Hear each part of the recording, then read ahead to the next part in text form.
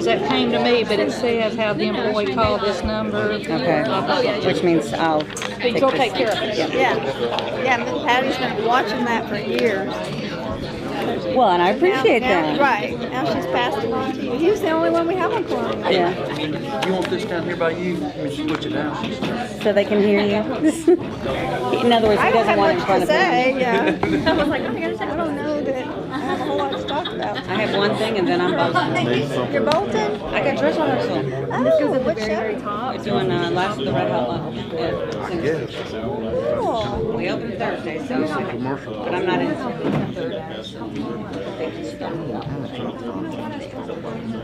Okay, good. So until mine's not till there, but I'm like, I at least know what I'm looking for. bump it up I to didn't after know the what it totally proclamation. meant. So I mean, I understand the concept of it,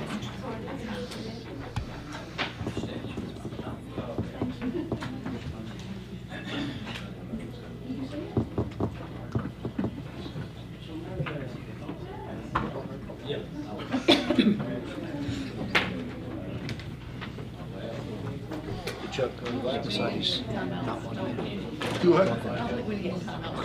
You told us they still wanted to do it. I checked at the last minute just to be sure. I already read it through once. Took it home. We had a just in case. that one's better. I think she. Fits 2 and 3 weeks, honestly, I don't think I'll do it. I'll get Alan. What's the overall meeting? See, here's really, this one swivels, that's really what's neat. Yeah. Oh, there's a controller came in? That's why we have a really. When did you guys have it put in? What road, that board right there, that's what the road goes over. I need to get You copies know of the how half the invoices pulley is shaped like, and the POs. you know, if you're looking at the edge of the pulley, how it's shaped like this, Yep. the rope. Yep. All right, one whole side broke off. So the road, when you put it on, it just falls off. And now you've got an axle to there. The rope just falls off and gets on the axle and you can't. So it's stuck up right now, so we'll have to cut it. Well, what we gotta do is get this piece. I'll get the ladder. It's consent item. On the rope. Emergency. Put the flag. I'll get with Alan, we'll get it signed. That just needs to be that. Figure out which one we need, and then I'll get with you This to. is And I haven't had time to beat him up on it, so external value. That's what we need. next week it's on my. I was making my list this afternoon. It's like, okay, I'll get to that Monday. I think they make You can wait till February's watching. the screws in the top of that, you know, to make it look. That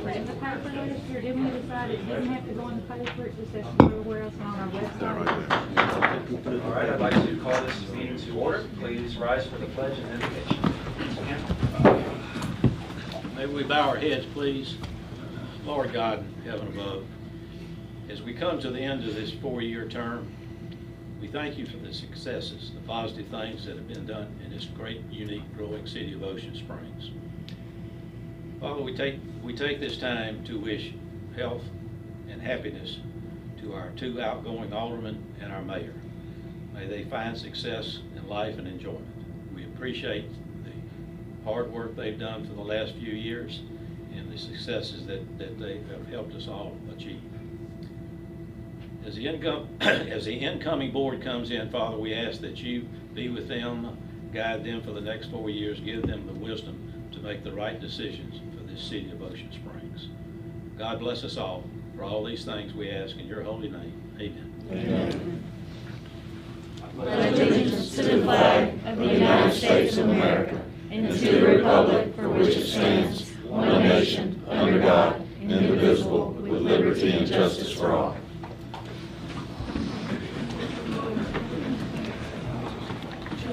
All right, do I have a Make a motion to accept the agenda, Mr. Mayor. second by Mr. Hempy, second by Mr. Blackman? All in favor? Aye. All opposed? Motion carries. All right, good evening, everyone. We're going to start off tonight with some proclamations. So, Mr. Gill, if you would join me up front, please.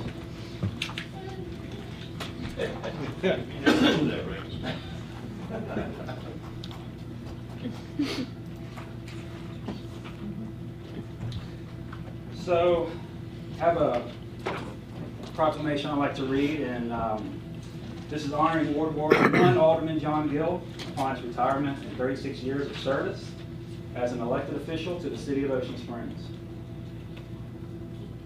Whereas the responsibility of being an alderman is both demanding and rewarding, commitments to the community often mean putting city business ahead of personal and family pursuits. And whereas personal obligations often make serving long-term increasingly difficult, and those who continue to serve do so at the sacrifice of other priorities. And whereas Alderman John Gill has served the city of Ocean Springs for over 36 years, Wow. a native of Biloxi, Mississippi, he graduated high school in 1964 and volunteered for the Vietnam War, enlisting in the U.S. Coast Guard. John served 4 years spending time stateside and abroad.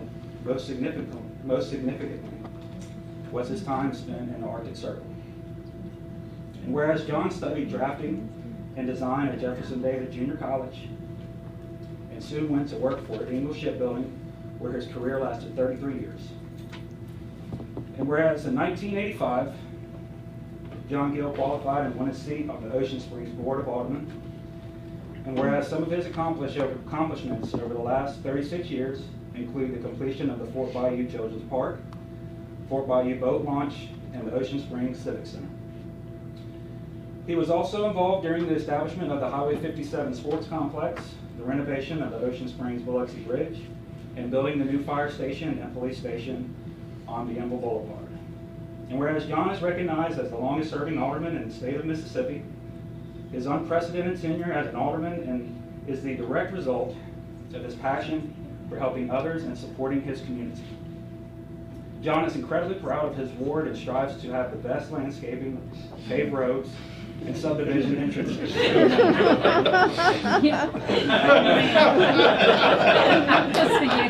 Love to put that landscape in And I there. know all these guys can confirm that. Now, therefore, I, Shade Opson, Mayor of the City of Ocean Springs, do proudly present this proclamation as key to the city in recognizing John Allen Gill for his loyal commitment of 36 years of service as an alderman for the city of Ocean Springs, Mississippi.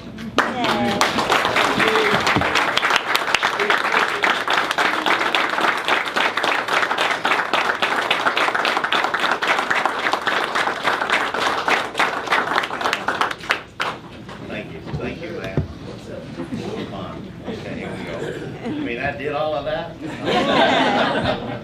No, I'd like, Megan, thank you for drafting this up, and all who was involved with it. Chick, I know Chick had to be involved in writing this. Chick knows me better than anybody. I would like to thank all the employees and department heads for 36 years of support. Couldn't have done it without you. And all of the aldermen of this board and the new aldermen, Gavin and Kenny. Congratulations on your victory. And I know y'all gonna have one of the best administrations.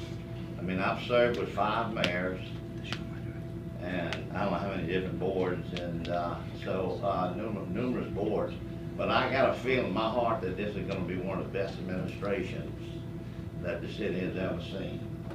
I can see it, I can feel it just by talking to Kenny and the new alderman and the existing alderman. I feel it, and I think I'm gonna be right. Matter of fact, I know I'm gonna be right. And let me see, when I first ran for alderman 36 years ago, I read up on what an alderman does, everything I get my hands on. And they call the alderman and the mayor the grassroots politician, because you live amongst your constituents, 24/7, 365 days a year. And you're ready available. Not like some of them go up to Jackson or Washington, I think that was good for me, that I live with them, because I enjoy helping people. And it says it there. I don't know who told you to put it in there, but it was somebody told you, and I do. You know, if the audience is full of people and they want something, I'm the first to make a motion to support it. Always have been. But with that, in a combination of feeling that way and having so many city resources to back you up, you know, good employees, you know, you got public works if I need something, you got the parks, you got Callan Martin, you know, with planning, HR, fire department, secretary, and all y'all's employees. You know, it makes our job so much easier.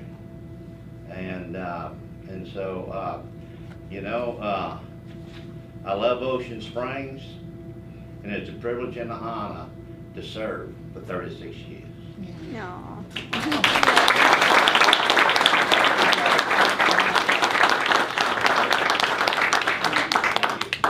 Leslie from the Fort Bayou Homeowners Association would like to present something.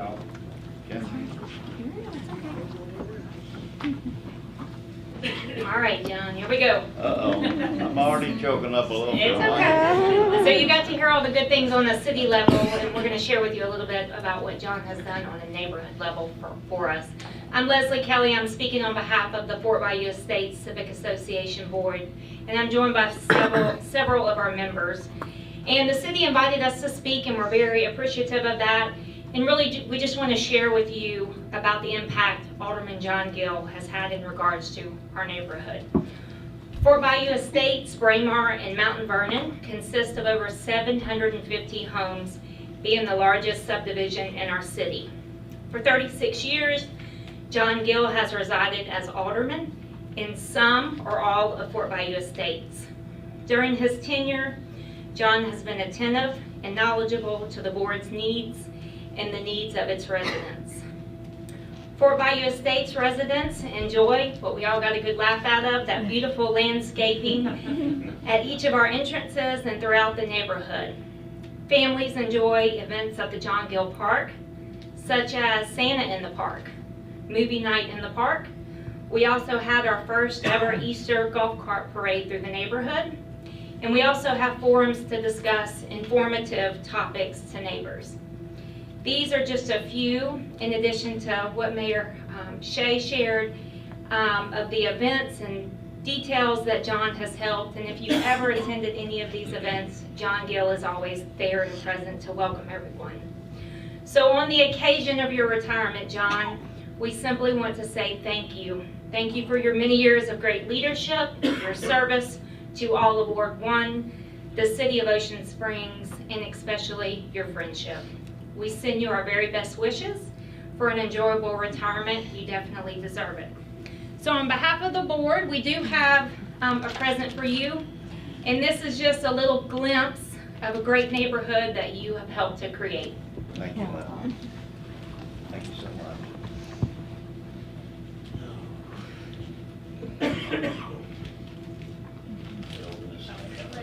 In the parking lot? Well, it's not neat. You're right, okay.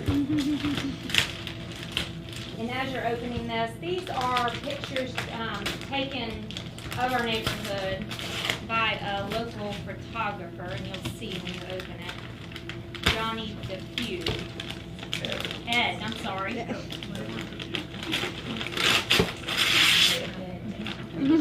Please just rip it.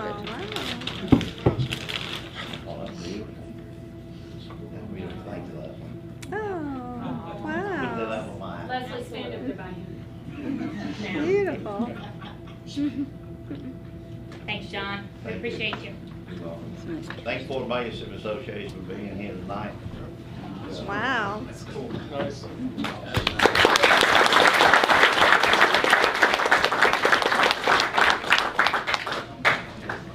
Now we can all get some landscaping done. Alan, don't block his number. 2:30, block his number.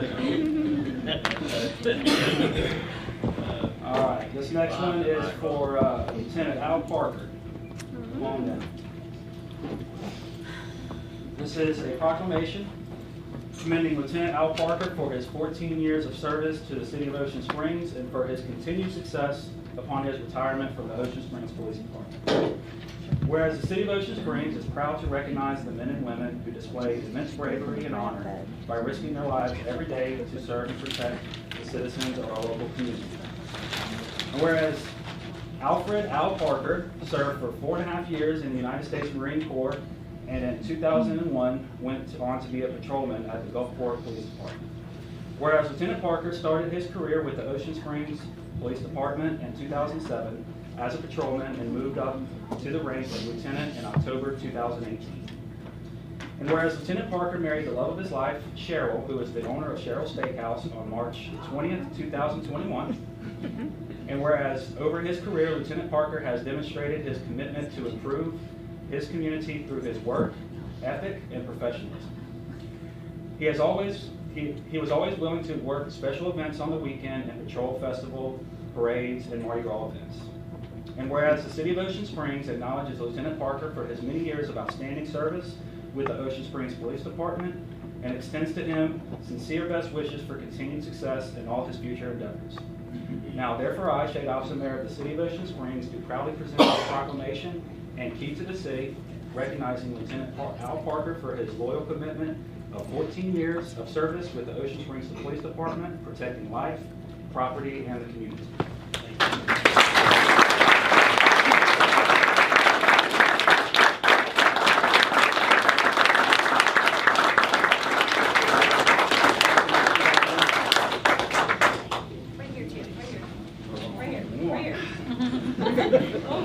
You would make it as a politician. There you go. Yeah, I just want to thank the chief for giving me a chance when I come over here, and the former chief Londell. I came over here right after Katrina and met a few guys that were already working over here. And I love this city. I love the people that work here. I love the residents here. And this has been one of the best city councils and mayors that I've ever had to work for in my career down here on the coast, coming from Harrison County, Gulfport, and here. And it's absolutely been a pleasure to serve this city like I did. I'm really going to miss it. Absolutely. So thank you. You're going to be missed.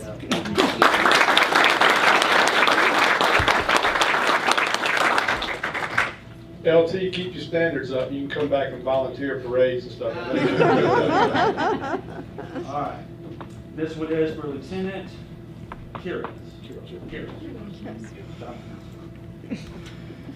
This is a proclamation commending Lieutenant Julian Quiroz for his 23 years of service to the City of Ocean Springs and for his continued success upon his retirement from the Ocean Springs Police Department. Whereas the City of Ocean Springs is proud to recognize the men and women who display immense bravery and honor by risking their lives every day to serve and protect the citizens of our local community. And whereas Lieutenant Julian Quiroz joined the Ocean Springs Police Department in 1998 as a patrolman. In 2001, he was assigned to the Narcotics Task Force, and in 2002 was deployed through the United States Navy to Guantanamo Bay. And whereas Lieutenant Quiroz returned to the police department for a short period and was deployed to the Persian Gulf, upon his return to the Ocean Springs Police Department, Quiroz was assigned to the FBI Safe Streets Task Force. In 2008, he was assigned to the DEA Task Force, and in 2010, he was once again deployed on an anti-piracy mission, followed by being deployed to the port of Fujairah in 2011. Whereas in 2019, Quiroz was promoted to Lieutenant of Criminal Investigations and is currently still a senior chief in the U.S. Navy, serving 26 years. He has 4 beautiful children. Ariel, Adriana, Julian, and Javier. There we go. Whereas the city of, I'm making him read his own proclamation. Whereas the City of Ocean Springs acknowledges Lieutenant Quiroz for his many years of outstanding service with the Ocean Springs Police Department and the United States Navy, and extends to him sincere best wishes for continued success in all his future endeavors. Now, therefore, I, Shade Officer Mayor of the City of Ocean Springs, do proudly present this proclamation and key to the city, and recognizing Lieutenant Julian Quiroz for his loyal commitment of 23 years of service with the Ocean Springs Police Department, protecting life, property, and the community.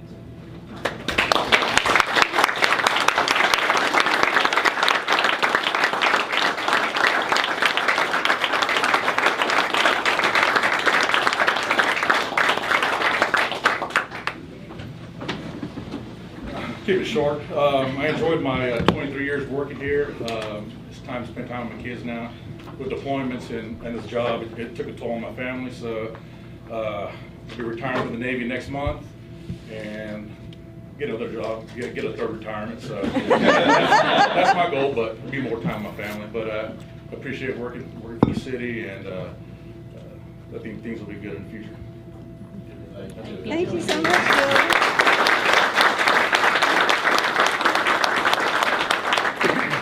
You just read it.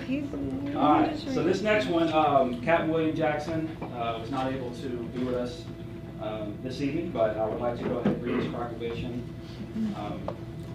Commending Captain William Charles Jackson for his 25.5 years of service to the City of Ocean Springs and for his continued success upon his retirement from the Ocean Springs Police Department. Whereas the City of Ocean Springs is proud to recognize the men and women who display immense bravery and honor by risking their lives every day to serve and protect the citizens of our local community. And whereas William Chuck Jackson attended Alabama A&M University prior to serving in the United States Air Force until August 1994, participating in Operation Desert Shield Storm. And whereas Captain Jackson began his career with the Ocean Springs Police Department in December 1995 as a patrolman, he was promoted to lieutenant on September 30th, 2002, and to captain on June 6, 2007. In 2019, Jackson has served in the role of captain over both the Uniform Division, which includes patrol and traffic and criminal investigations division. Whereas over his career, Captain Jackson has served his community with pride, leadership, and the highest standard of professionalism. And whereas the City of Ocean Springs acknowledges Captain Jackson for his many years of outstanding service with the Ocean Springs Police Department and extends to him sincere best wishes for continued success in all his future endeavors. Now therefore I, Shade Officer Mayor of the City of Ocean Springs, do proudly present this proclamation and key to the city in recognizing Captain Jackson for his loyal commitment of 25.5 years of service with the Ocean Springs Police Department, protecting life, property, and the community.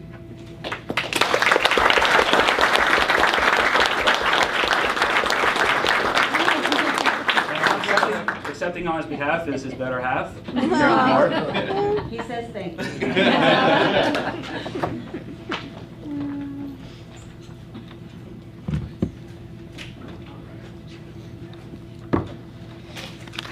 Okay, let's start with,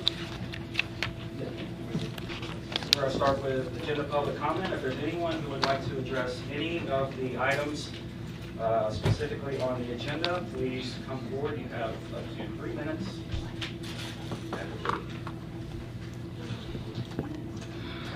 Seeing none.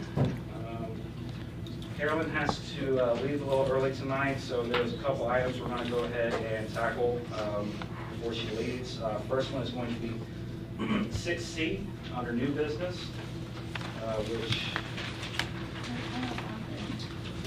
concurrence for water sewer projects to be funded by Mississippi Department of Finance and Administration, state bonds related to Mississippi Senate Bill 2002, the water sewer infrastructure improvements. Yeah, and I appreciate moving this up for me. This is really the only other one. Wait, address the other one in agenda order. But I've been working with Public Works and the city engineers to determine the priority projects that are already in process for a series of bonds that we received. And the first bond, each bond only has a 36-month period. And so these are, the first set of $500,000 is due to expire in early next year. So the 4 projects that we've identified that are eligible and already identified as needing to be done, and some of them already started, are listed here. We can recoup the material costs for Steelman Lane, which has already been implemented. So that's, we can just accredit that money to that project. There is a series of SIP lining that is already being designed for the sewer system, and it's in various places all over the city. Again, this had already been designated a priority project, but it is eligible to be funded under the bond.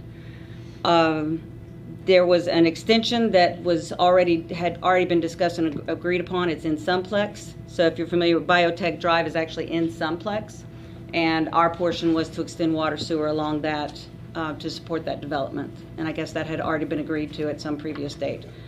That work will be done in-house, but this would cover materials. And then the fourth one is the Halstead well casing, which again was already in play and an emergency project. So these are 4 projects. We just wanted to go ahead and get concurrence to use the bond money for these, and they are treated similar to a grant project in the fact that the funds are in their own bank account and their own budget line item in our budget. So we'll handle them just as we would a grant project. But I wanted to go ahead and get concurrence. We're still working on identifying the priorities for the remaining funds, and we'll come back to you at a later time with that. But we wanted to go ahead and get this started and be able to do the accounting work that we need to do to move forward. So. Karen, there'll be funds left over from 500 if we do 500,000. This should expend pretty close to 500,000. This is right up on it, and so depending on if the estimates are valid. So as we get further into them and we know the actual cost, by then we will have identified another project that would finish out. It's the initial 500,000 plus the interest that's been accrued since we received it. So yeah, it's not going to be hard to spend. So you mentioned the right. 500. Yeah. So there is an additional 400,000 that was received after this bond, and an additional $1 million after that. So we're working on a plan so that we can just have those projects identified and ready to tackle as soon as we can. So we're lining them up, but these are the first 4. What do you need tonight? Just concurrence on these so that we can go ahead and officially, they're bond funds, so you're not approving receipt of the money. We've already received the funds, but we want to just be very transparent in which projects are being funded by the bond. I report on them just as I would a grant. So the reports that go to DFA will say which projects. So just wanted to make sure you're good. Second. All right, motion by Mr. Gill, second by Mr. Hoffman. Any further discussion? Yeah, the money we got, That was received about a year ago. Yeah, it was the beginning. It was the first of those bonds that we received for water sewer. Mm-hmm. So that work that you all put in. We got in the beginning of this administration. Yeah. It was approved back then. It took us a year or so to get it, and it came from that effort. Yes. All in favor? Aye. All opposed? Motion carries. Okay. And the other item Wade's here to handle when I get to it. So. Okay, does anybody else have anything for Carolyn? Speak now. I'm off to the theater. I sent y'all information. You want to jump to the...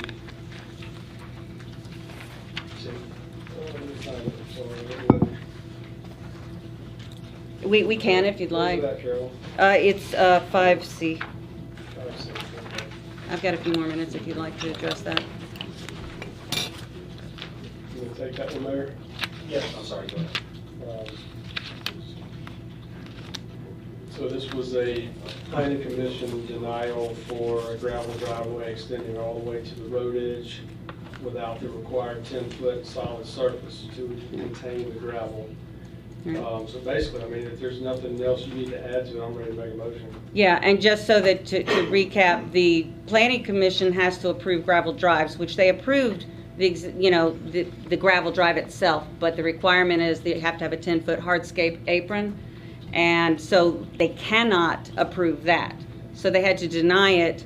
He appealed to come here so that you could consider allowing him to do the gravel drive without the hardscape.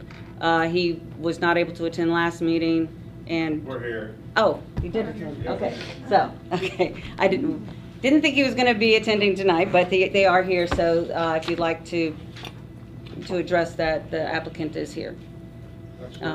But that's the situation. Is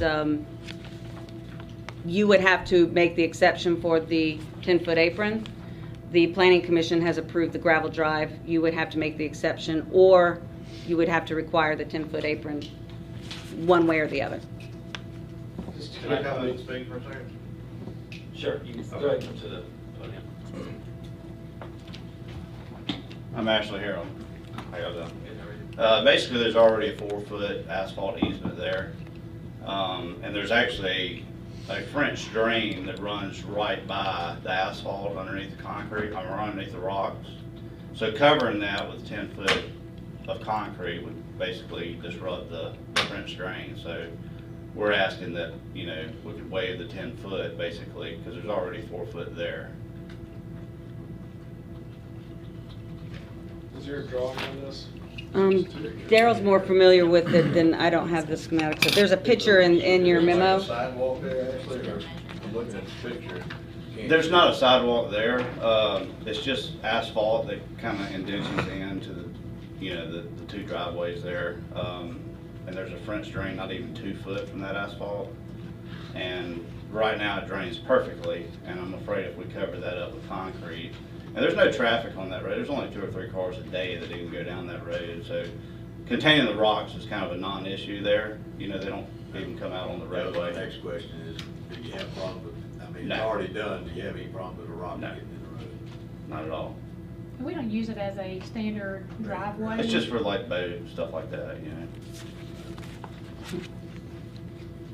But that's why it's presented to you as an appeal, because they couldn't recommend approval I'm without. glad you showed up, because I mean, I was ready to uphold their denial, because Yeah. we didn't have all that information, so. Yeah, I was glad to be here. I said, there's only about 6 houses on that circle. We're at the very end of that circle, so it's very little traffic that even comes through there.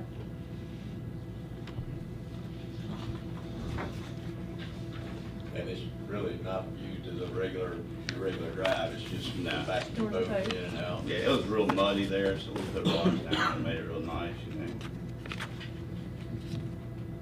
You know, if it did become a nuisance, you gotta always have the option.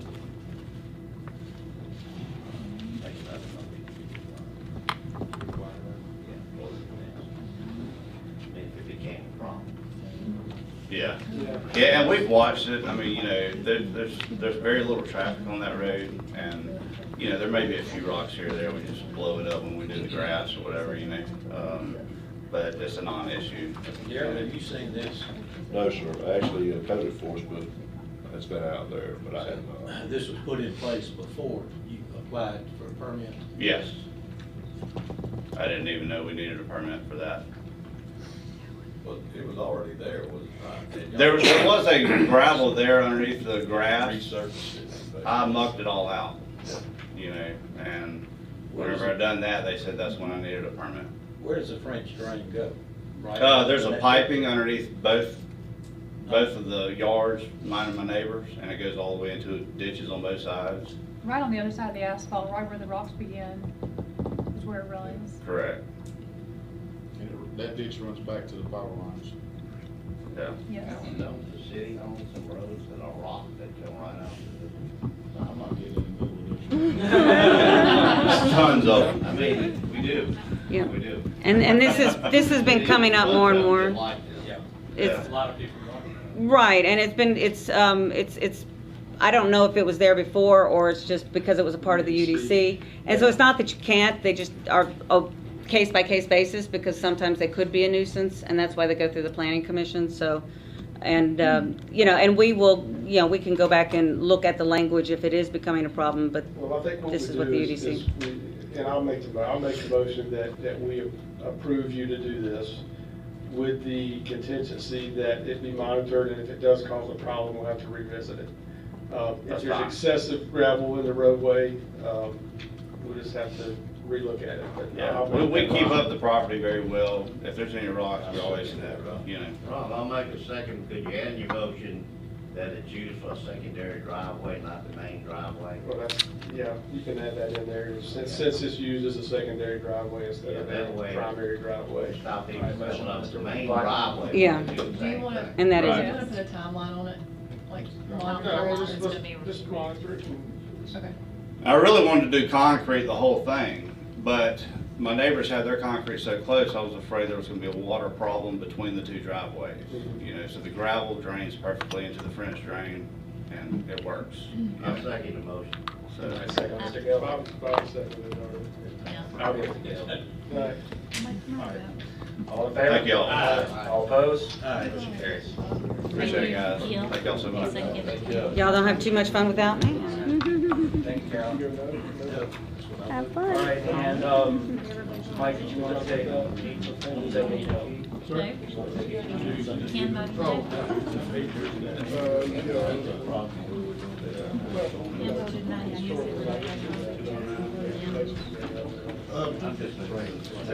Yeah, I can take that. I'd ask the mayor if we could move up, All right. let's move up 8G. It was the first, the June 1st regular meeting. The gentleman is headed, he is here tonight, but he's heading out of town. And with the weather coming in, he was wanting to get out as soon as possible. So it's a tree appeal at number 10, Davis Bayou Circle. It was 8G. And it was a magnolia tree that was next to a shed. If I'm not mistaken, you said you just bought the home not long ago. He's done extensive renovations and upgrades on the property. And anyway, if you want to come to Yeah, my name's Timothy Trepanian. I just bought the property at 10 Davis Bayou Circle from an elderly gentleman who did not keep up the property. He was 94 years old and he had kind of let it run a mess, and there was trees everywhere that had to be cleared. I still haven't cleared them all out yet because it was just overwhelming. I bought the property in February or March, and I'm living in New Orleans right now. I'm doing the commute renovations, and I have a crew out there that's just started to gut the house, and I'm asking to appeal the application to remove the magnolia on the grounds of code 4.12.10, because it's going to cost me a lot of money to have this tree trimmed every few years. This is not just a little shed. The man that had built it, it's like 15 or 20 feet tall, and the magnolia leaves are coming over. That's the tree with the, that would just show that they approved to cut down next to the house. There's another one in the back over the shed, but the shed is like 15 to 20 feet tall, and they're already scraping the limbs. And I was told by the lady that gives the permits that I could only cut 3 feet off the top of the shed. It's going to be another couple of years, and I'll have to get out there again and have, pay somebody to come out there. And not only that, the roots are already hitting the foundation. It's only 10 feet from the shed foundation, and it's going to be a continual problem of having to deal with this tree. And I'm hoping that I can cut the tree down. It's not a huge tree, and there are other magnolia trees on the property, and live oaks and cedar trees. It's not lacking of trees, so I'm appealing to have the tree cut down.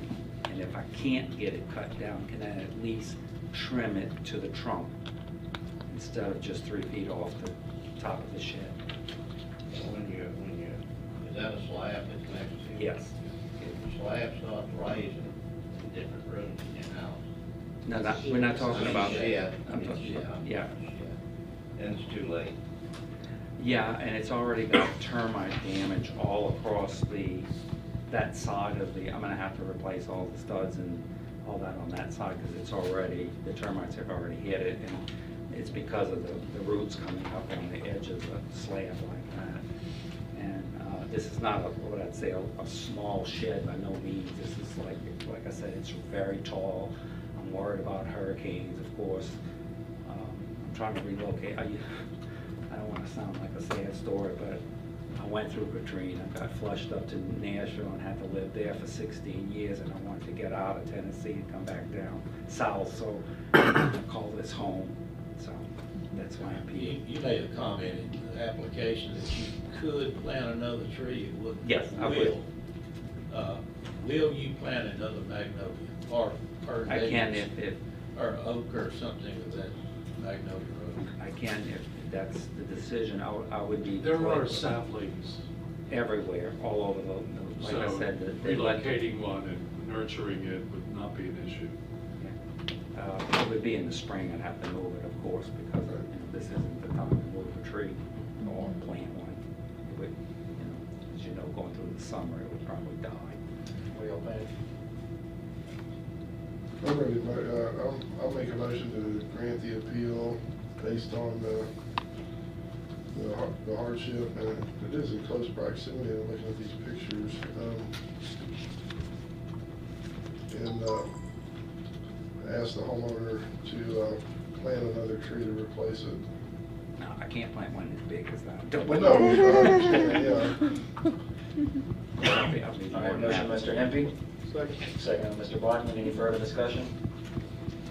All right, all in favor? Aye. All opposed? Motion carries. Thank you so much. Thank you. All right. All right, now, back to old business. Item A, discuss naming the Parks and Recreation Building located at 400 Alice Street, the John McKay Parks and Recreation Building.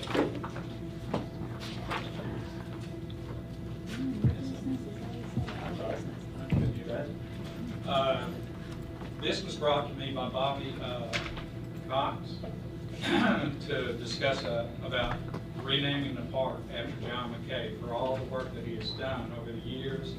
When he first got here, he actually was there when they built the buildings. He's made the fields what they are today, and they're still kept up. And and I just think it would be good to just name the building after John McKay.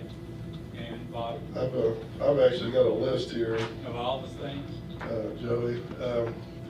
Yeah, John first started with Ocean Springs Rec Department in '71 after graduating from USM. He had a degree in municipal recreation. He served as the first recreation director from '71 to '85. And when he got here in '71, the only sports recreation facilities in Ocean Springs were the Little Children's Park on Washington Avenue, MLK Park, and the Little League baseball fields on Pine Drive.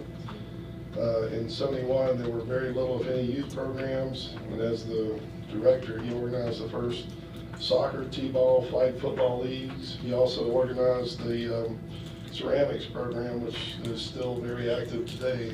At the time, the city owned the property on Hanley Road where the current school bus bar is located, and the school system owned Freedom Field on Porter Avenue. For people that haven't lived here for a long time, that used to be the high school football field before Ocean Springs Greyhound Stadium was built. He successfully led the effort with the school system to swap those two properties, and Freedom Field became the property of the city of Ocean Springs. He led the effort for the city to purchase the property on Halstead Road, resulting in Ocean Springs tennis courts. And of course, they've been upgraded over the years, but he wrote the grant that funded the construction of the Little League baseball fields at the end of Alice Street. He pursued the purchase of the parcel of land in Woodhaven at the end of Morris Noble, and then wrote the grant to construct the two baseball fields at that location. And he worked with DMR to develop the current Inner Harbor Park. He, as rec director, he contacted developer George Slyman about property he owned in the Parktown East subdivision out in what is now Ward 6. And he agreed to donate a parcel of land on Groveland, and that was what was eventually developed into the park, in Park now. He left the director's position in '85. In '89, he made the decision to run for Ward 5 Alderman, and one of his priorities was still recreation. He felt, along with Alderman Gill and some others, that there was a need for a sports complex. He organized the Blue Ribbon Panel with several Ocean Springs residents who also enjoyed recreation. And after months of discussion and planning, they purchased the property on Highway 57, which is where the sports complex is located today. And even still, later on, as District 5 supervisor, he led the effort. Before that time, the county contributed no funds to the recreation departments in the various cities, even though we had many residents outside the city who participated in city rec programs. And he was successful in convincing the other supervisors to make sure that the cities of Ocean Springs, Moss Point, Pascagoula, and Goshen received their fair share, and today the city of Ocean Springs receives well over $200,000 annually from the county for our recreation programs. And one thing that was mentioned tonight, he and Mr. Gill worked with Singer Hospital System to They donated the parcel of land that became Fort Bayou Park, and eventually was renamed to the John Gill Park over in, behind the hospital in Fort Bayou Estates. So, I mean, that's beside the many years of coaching baseball, soccer, umpiring. You know, he's retired now, but he still follows sports. His sons, I see him following his grandsons. He spends a lot of his time traveling between games now, but he's enjoying being a spectator instead of a coach or an official. Mike, I agree with you 100%. John is. I served with John for 8 years on the board. I know he's 100% recreation. You know, he loved the city and he loved recreation. All the boys played ball and went to Ocean Springs schools. And, you know, not only am I going to vote for this, I'd like to do a little ceremony, Steve. If this passes, we can do a little ceremony for him and invite all the aldermen and who wants to come and cut a ribbon. We're glad to do it. Okay. Well, I'll tell you, Mike, after hearing your speech, I mean, I was in support mainly because I lived it. You know, I played ball for John. I watched what he did growing up. I mean, he would come around the neighborhood and pick us up and take us around whatever sport was being played. And I was just gonna say, you know, he's not getting my support because of being a former supervisor or for being an alderman at large. He's getting my support for what he did for the youth of this city. Absolutely. I played on some of his teams. Yeah, my brother played on some of his teams, and there was time when, well, I served under John McKay in the National Guard when he's commander of the 1355th, which is now at the Armory, which is now the Ryan Youth Center. But there were many times when he would take time off from drill, and he would fly to coach a soccer game still in uniform, and as soon as we were done, he was back to the National Guard. But you know, his heart and soul, he put that into Ocean Springs recreation. So I'd like to make the motion that we rename the 400 Alice Street after John McKay. Second. All right, motion Mr. Bellman, second Mr. Paping. Any further discussion? All in favor? Aye. All opposed? Aye. Motion carries. All right, item B, discuss the reopening of Fort Warrenpall Park. Everyone knows we took some damage to the fort. Steve and his crew has worked to get the playground replaced and ready to go. And right now, there's just waiting to get some resolution on this tree. So I'd like to open it up for discussion. Is the tree gonna come down, or is it? Well, that's what we're gonna figure out tonight, but, I know yeah, I so can, we so- got, so, Mindy, would you like to update us on the tree?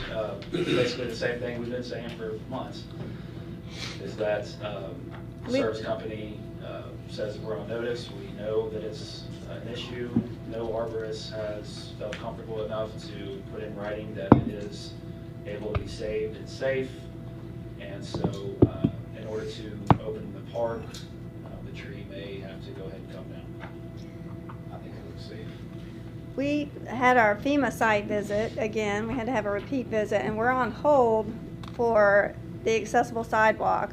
The brick pathway sidewalk between the trees is all buckled up, and was not a good design. It's not good for that brick pathway to lay on those roots. We need to remove that, but we need a decision on the tree before we plan how we're going to build this pathway. We've talked about doing a boardwalk and doing that to the rear of where the tree is, but we've got to get that figured out.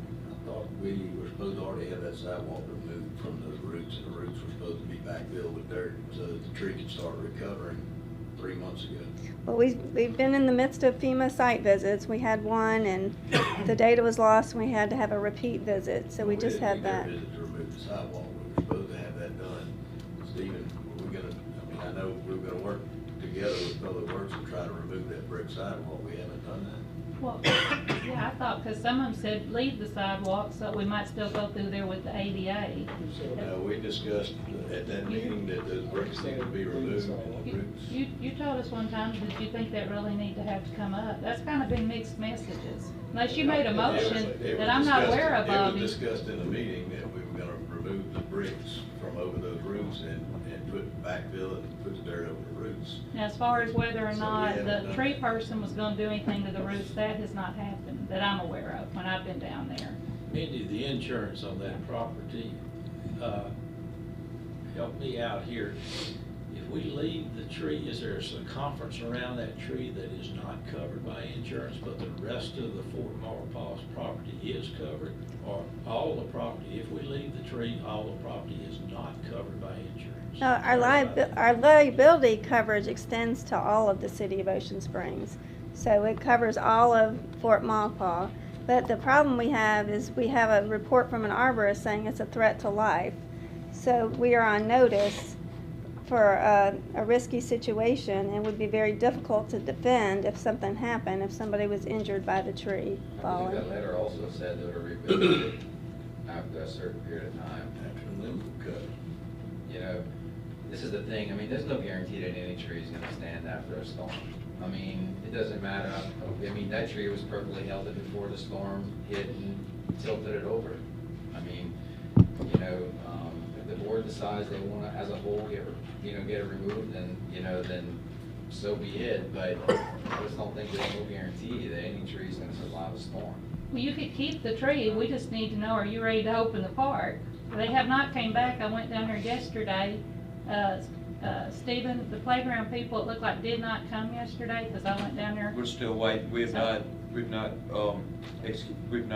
the PO. Right. And I'm not. So sending there's a in little bit public more notice. work, but as soon as it's done, we just need to know, do you want to open the park, and what alternative do you want to have for an ADA walkway? The walkway that BMA had kind of thought was a raised walkway, which would put it coming on the back side where that tree would be.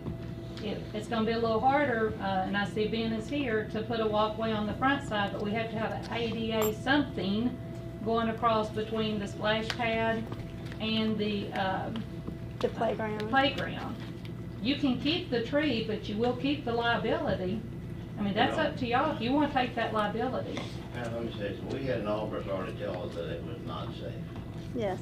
That's what the report says, John. It is not safe. And that tree is sitting by a children's playground. I mean, within what, 20 feet? I mean, if you ever fell, it'd cover the whole playground and anybody playing there. Because I'm telling you, any day, and anybody who lives on the golf course knows that any day there could be a 40, 50 mile an hour wind. And that sits high, that park, that oak tree is high up in the air. And it's just a dangerous situation. And as many trees as we cut down up here for people that thinking that that root is going to hurt their foundation, and we not seriously want to cut this tree when it's a danger to children. I don't understand the logic behind why you want to keep the tree. From the beginning, I just don't understand it. I mean, the writing's on the wall for somebody to get hurt, or more than that. And I don't know, you know what? Kind of a little disappointed that it's still there. Well, I'm willing to make a motion tonight to cut the thing and get moving. I was with trying to keep it, all right? I wanted to try to keep it, and then when we got this legal opinion on email back on last Tuesday, frankly, it scared the hell out of me. I mean, we don't have a choice at this point, because if something happens, and we know there's a liability issue, we're on the hook. There is no bailing us out. So about break the city. Yeah. And you know, Ricky, I'm with you, man. Personally, I think it's okay, but we've been told time and time again now, and now an attorney is telling us y'all are shocked that this falls and hurts somebody.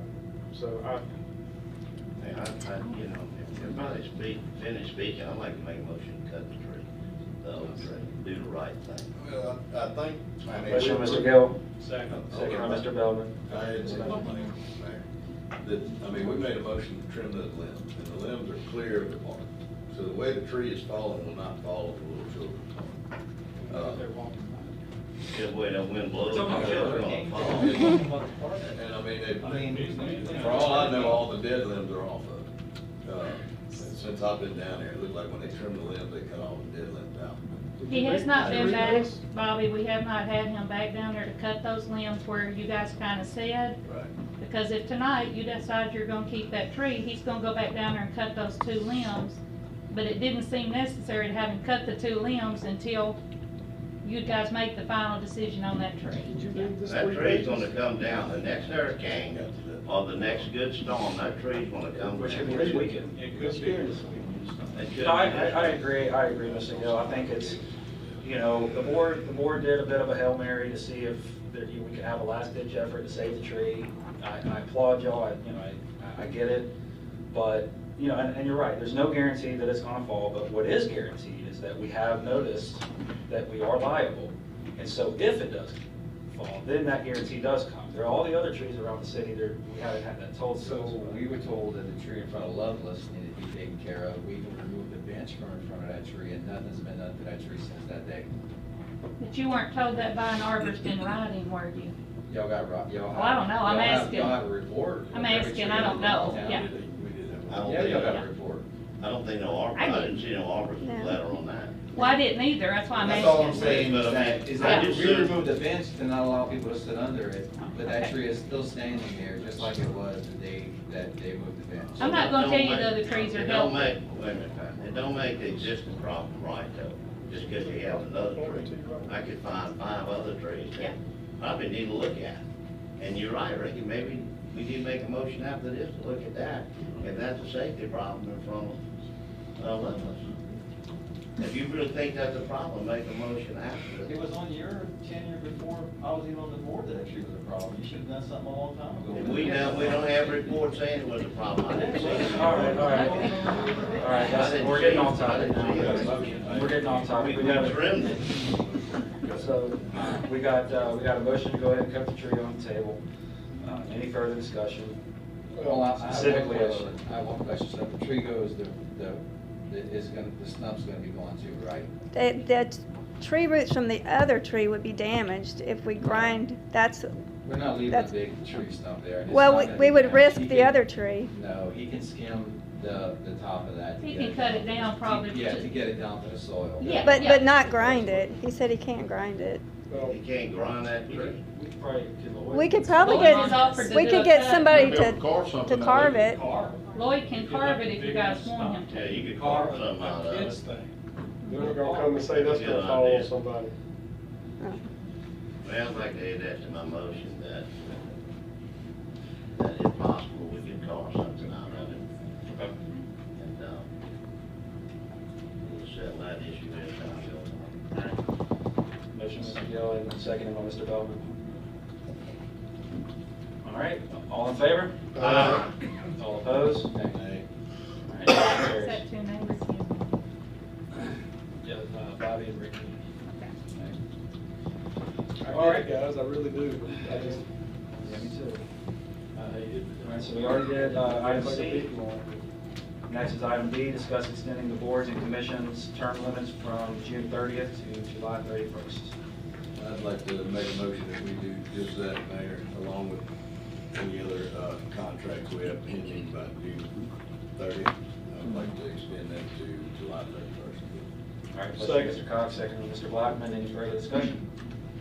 All in favor? Aye. All opposed? Motion carries. All right, item E, discuss the budgeting of crossing guard positions. I know normally in the past, we have covered that in our budget. However, we have looked at potentially other. Well, it was discussed last year. Yes, it's about $40,000 to $45,000 a year. We are the only board covering that cost. Pascagoula pays What I would like to see us do, if we do it, if it's possible, since they have 6, 7, Chief might know how many they have on their police department now. At the school police? Yes, I do sir. not know. Okay. I didn't know, because I don't know the legality of whether or not they could pay them direct. And Pascagoula, the school writes the city the check, which theirs is like $96,000 a year. I think we were the only one that is still carrying that, and so I know the school is doing their budget right now. And so I was wanting you guys to figure out what you wanted to do, so they could. I think we generate a letter, having a contract, something requesting that they take on the budgeting of the crossing guards. The president of the board was supposed to contact you, I guess yesterday, to discuss. And they've already worked their budget, and they've already had their But they have not adopted their budget, public because, meetings, yeah. and they would have to go back and redo their budget. Okay. To do this. Well, they do would be not. starting their process all over. Well, let me say that, when I try to do, because I do their millage, I have to figure their millage. They usually cannot give that to me until they pass it around, it's usually for the second board meeting. So I think there's still sufficient time, because that's a month and a half away before they'll even give me their budget, before they pass it by their board. I think we just requested. Yes. That's why he would like for you and him to discuss. That's a form of motion, Yes. I'll second. All right, motion, Mr. Blackman, second. Okay, what's the Mr. motion? Gill. Let me tell you what, they can amend their budget just like. Now we- All right. My motion was to draft a letter requesting that they take over the funding of the crossing guard positions. I'll second the motion. Let me tell you, they can amend their budget just like we do. Well, We I amend know our that they. budget all the time after it's made. Well, So that's not an excuse whatsoever. well, this is the thing, their budget's not ready because they don't give it to me till about the 14th Once of you do August for me to figure their millage. That's my only point, is I do their millage, they have to pass it by their board before I can, which they do in August. I'm all for They can afford it more than we could. Are we talking about just the funding, or are we talking about the oversight? We can't this I budget won't year. know. This saves too much crossing. I said, so even if they come back and say, well, we can't do it this budget year, I'd at least like to inquire and try to get it done. I mean, the worst they can do is come back and say, we've already fixed our budget and we can't do it. So let's just move forward with that as soon as possible. That way we can at least have the effort in place. And if not, we'll do it for next year. We'll go ahead and do it. Well, this is not the first time we've been down this road. We've been down it in previous administrations, and you're gonna find resistance until the day we just say we're cutting it from our budget. I mean, I don't want to be ugly about it, but we're the only city on the Gulf Coast that still does that. I mean, I'm really generous. Dave, I had a conversation with him yesterday, and he acknowledged that. He just said he would like to discuss with the city clerk to work a plan, and We have a plan. that's what I'd prefer to do. Well, I mean, you can do that. I mean, me and Mike was on the administration, John was too. We've already been down this road once. It would be better to work with somebody than demand.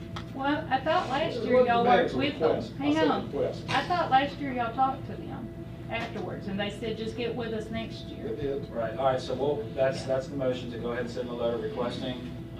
It's motion, Mr. Blackman, second, Mr. Gill. All in favor? Aye. All opposed? Hey, Motion carries. Beach Bobby down there. All right, new business. All right, new business. Discuss reinstating civil service coverage to previously removed positions, which are all listed. Mayor, I'd like to make a motion that we table this till the new board is instated in July.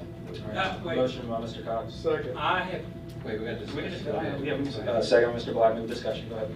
I've been trying for this for 4 months. And now you two are taking it on yourself to table something that has been trying to get on this table. First I've seen of it was this agenda. Well, this is the board that changed it. This is the board that changed. So we should be able to to fix it, and then if the next board decides on down the road to do it the You next. can't do it that way. It took 9 years to get it where it is now, Joe. And it's not working. It It's is not working. Civil service is, hang on a second, civil service provides a service for the city to vet our applications. I have seen us handpick people for positions that were underqualified and people that applied for jobs.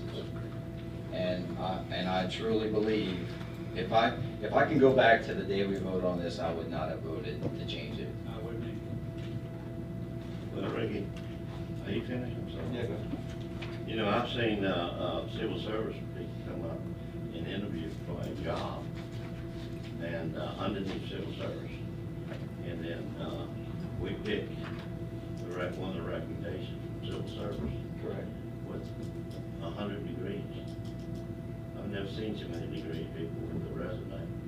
You know what, I've seen a lot of them not work out. So, you know, it's what my opinion is that it don't work all of the time. I've seen 36 years though. We're really not in the hiring business. And I mean, you know, the civil service should vet the applications, give us the best 3, and then it should be chosen from that. It doesn't affect the employee to be on civil service or not. Right, this way it's been done the same way. They brought us the top 3. I think Mr. Denby had something to add. I was just gonna say, I've opposed this since day one. I've never voted for any of these positions to be taken off civil service. Yeah, the hiring is always a gamble, but I think you need that dispassionate view that looks at the application and the information before you and develops a matrix and presents you with the top candidates for the position. I've never supported it, and I'll be happy to vote to restore it. Mike, we'll get you a chance with the new board. Yeah. And we just table this. I think it's fair that the new candidate and the new mayor And the new board has get their already been talked opinion. to deny. They're the ones gonna live with this. This board, They're the this ones mayor, gonna live with this it, board, not us. this board should fix it. All right. Not the existing mayor, but the new mayor and the 2 new aldermen and this board who got reelected. We're gonna have to live with that, and I don't wanna make that decision for them.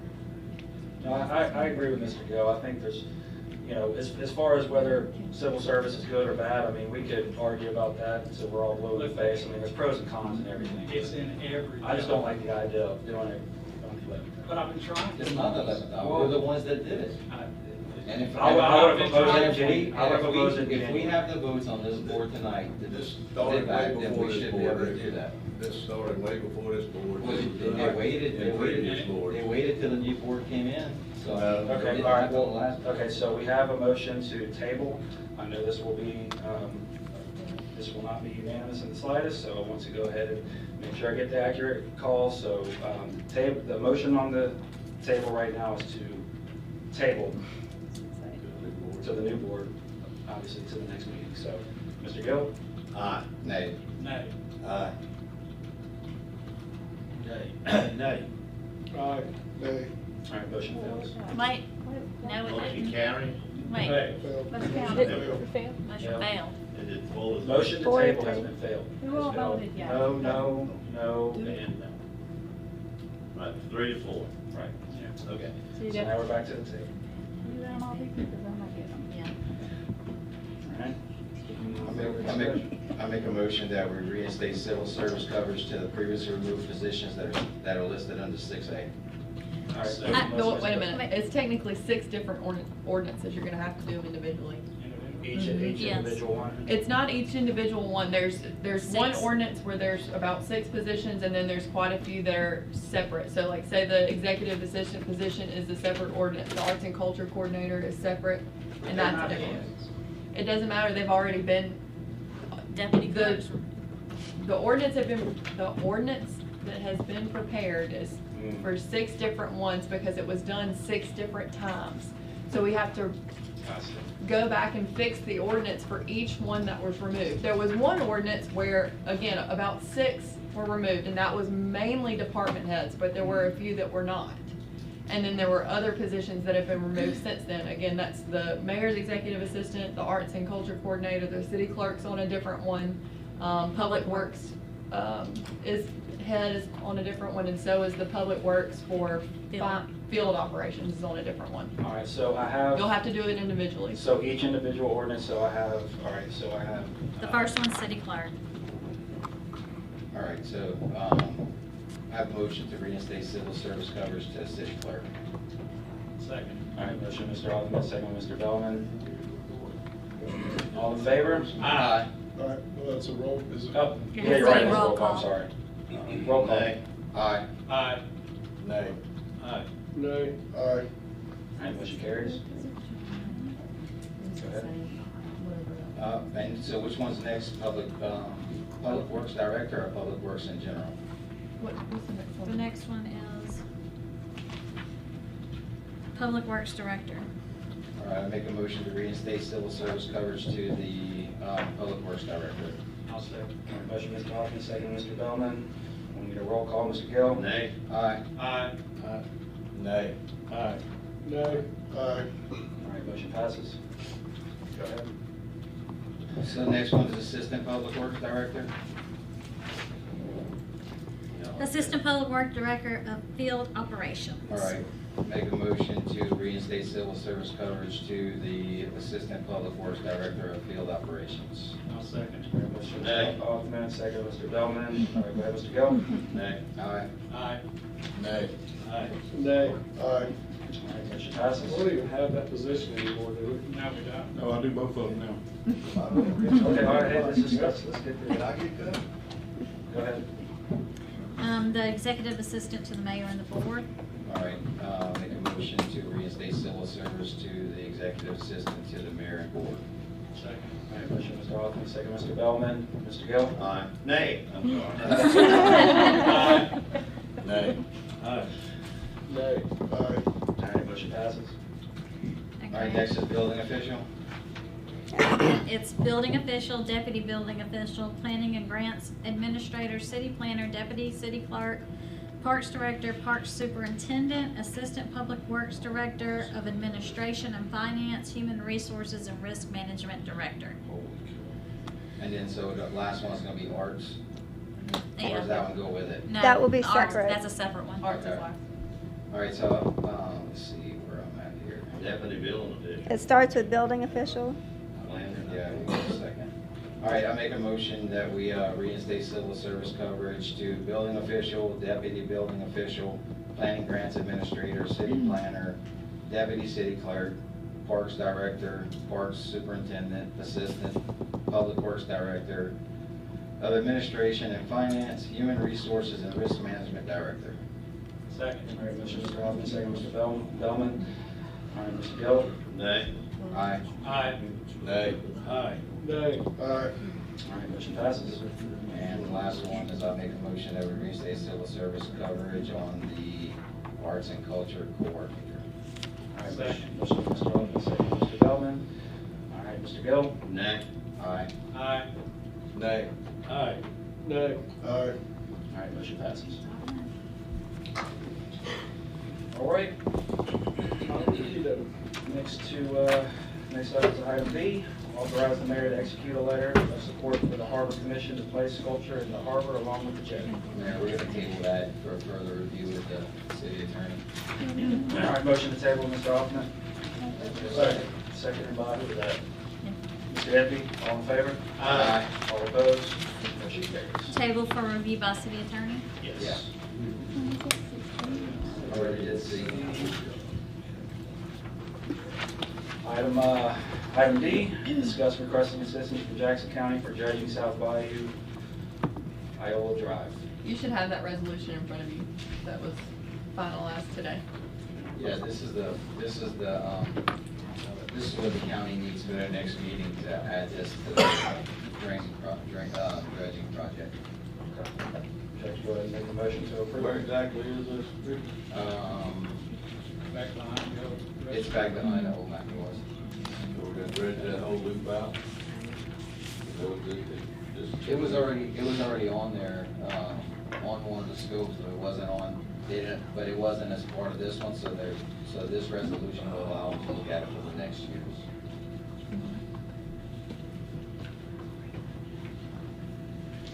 So I'll make a motion that we request assistance from Jackson County for the dredging South Bayou, Iowa Drive. Second. Motion, Mr. Hoffman, second, Mr. Gill. Any further discussion? All in favor? Aye. All opposed? Motion carries. All right, consent agenda. Anybody have any items for the consent? Item F.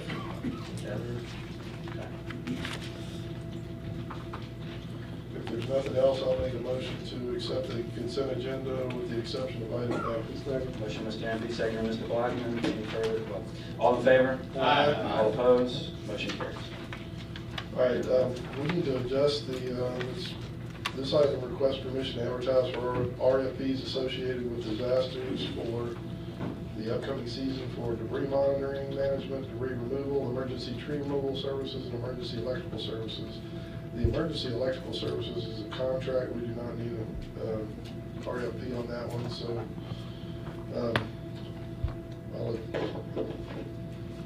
make a motion to accept item 7F for debris monitoring management, debris removal services, and emergency tree removal services RFPs. Second. All right, motion, Mr. Ampe, second, Mr. Cox. Any discussion on that? All in favor? Aye. All opposed? Motion carries. Okay, where are we? Item 8, or excuse me, department reports. Item A, discussion of July 4th fireworks funding. I think we got that figured out. We got it figured out. Mhm. All right. Docket claims. Does anybody have any items for the docket claims? Motion to approve docket claims. Motion, Mr. Blackman, second by Mr. Gill. All in favor? Aye. All opposed? Motion carries. All right, item C, discuss city clerk recommendation of a 60-month term Cloud 7 phone contract renewal. Authorize city clerk to execute contract with Cloud 7. Cloud 7 is here. I just want to say thank you for coming back with such a great contract for the city. The guys, I think that, did I finally say we should go with, I can't remember how I wrote the memo, but we're going to save quite a bit of money. So I was very excited about that. Kelly and Kat worked with him while I was doing something else, and so we really appreciate that. I sent that out to all of the department heads, and everybody's happy with his service. You know, they always respond very quickly. So I think we're going to have about a $25,000 savings a year, which is always a great thing. Wow. Excellent. So thank you. Thank you all. That's right. I'll make a motion to approve the 60-month renewal contract with Cloud 7. All right, motion, Mr. Henry, second, Mr. Gill. Any discussion? All in favor? Aye. All opposed? Thank you for your work on that, Patty. Thank you. It wasn't me really, but I think him. Cloud 7. Yeah. All right, item D, discuss authorizing to award the Pearson Pier repair bid to J.E. Voorhees and the amount of $74,920 for base bid of $4,945. Motion, Mr. Gill. Well, Wait. that one does have some discussion. Okay. Go ahead, Mike. No, go ahead, Patty. Well, I just gonna say, that one came in better than we thought it would. And so I ran the numbers to see, would you like to go ahead and change the decking underneath the pavilion also? So what happens, what I'm told, and Rob and Ricky actually came, they were here when that bid, when we opened that bid packet, is the wood expands sometimes, so we don't have to change it underneath the pavilion, but while they're there doing the work, it looks like the money budgeted and all would work out. If you literally want to go back with a whole new pier floor all the way out and be more cohesive, because you won't have some of it that's been down a wall and swells. I'd say, and yeah. that would be up to you guys. And also, I did not put in there, I don't know if I needed, and I just didn't get around to it, in the bid, I had asked that all the work be done by September 30th. So when we opened the bids, we found out that they can't get the materials for 80 to 100 days. I can come back at another time, and I guess I might need to do some wording to change the deadline. Because Rob was going to. It's got to change the date of the notice to proceed so they reflect the number of calendar days to finish the job from there. Okay. based on when the material is going to be. I haven't asked Nicole, do I need to do something legally to change the date, because the bid said end of September, but they cannot make that. The price will still be the same. So, The price will still be the same. Yes, sir, they just can't get the material. So the motion has to be changed then, well, the motion no good then, you gotta change the date. Can I just make a It's in the motion? bid, it's in the bid, and I just. In the bid to change the date? Well, that they be done by September 30th. I was trying to make sure that we You got can't it do it by finished. September 30th. Correct. So what I'm asking you Yeah. is the motion I made, we don't need to make that motion, or can I just extend that motion to extend it out another 30 days plus add the new decking underneath the pavilion? Can I make that in a motion and then go forward with it, or do we have to just, we do legal? Yeah. From my perspective, that's a pretty substantial change in the bid requirement, so based on that, I think you need to go out and bid again. To change the dates? We're only changing the she- date. I thought. No, the addendum, that was an addendum. I thought, No, there okay. was- Yeah, the other's there- fine. there was- There's two other There was an add-on. Okay, I was like, Yeah, no, we I didn't just thought make we- that up. No, okay. yeah. I was answering another question at the same time I'm that this sorry. question was being asked, so. Just the date, of when the finish and when the project gets finished. Okay, so it's got to be what's the changed. difference in the dates? I'm sorry. Rob's probably looking right now. They cannot get the supplies for 80 to 100 days. They told me they can do the project in 3 to 4 days. So I haven't looked to see, that's meaning probably maybe October 15th, we could extend it. Would that be enough time? They can do it quickly, they just can't get the supplies. Try to understand, what kind of motion we need. If we get, in other words, I withdraw that Well- motion and then, Well, it hasn't been seconded, so you can always. Motion needed for I've got it here, Mr. Gill. We make a motion to approve the base and alternate bid to repair the Chester McPherson Pier in the amount of $93,145. oh, we can go off a bid for the other. No, the deadline's a problem on it. No, it's not a problem. The deadline's not a problem. All we have to do is extend the date of the substantial completion date, Okay. and then we issue a notice to proceed based on when the material is going to arrive. That's all we Yeah, have to do. and that's fine too, because I mean, materials are gonna be difficult to I find. would second Mike's motion. That was a good motion, Mike. I would second you. Okay, so, That's right. all right, motion on Mr. Empey, second on Mr. Gill. Any further discussion? All in favor? Aye. All opposed? Motion carries. All right, discuss Tacony Building upcoming lease renewals and insurance premium rate increase. The Finance Committee met today and discussed, and will be coming up with a decision for the next board meeting. Okay. All right, well, that'll be taken up at the next board meeting. And item F, appeal the size of a grease trap at 2321 Government Street for bakery business. Yes, the young lady was wanting to open a bakery. James had done the calculations on it and came up that she needed a 630 gallon grease interceptor. James is here to explain his calculations, and also the young lady's here that's applied for the appeal. We've been through this a number of times, and it's just that our city ordinance does not allow for the kind of grease trap that is being proposed here. And I talked to Darrell today about it. I talked to some of the aldermen, and we've got several of these in the city that we are monitoring at the moment. And the issue is that I cannot recommend approval because it goes against the city ordinance. But y'all have the option to allow it to for the applicant to put this in, and then we'll monitor it and see if it, if we have any problems with it. If we do have a problem, then she's gonna have to, it'll come back through the building department and public works, and we'll have to, make some adjustments to it. But y'all have the authority to allow her to do it, and public works can monitor it during their normal grease trap. But James, I got a question for you. Yeah. Every situation that we've looked at has been a different situation. To me, a bakery is a little bit different than with icing and cakes and things like that. So You know,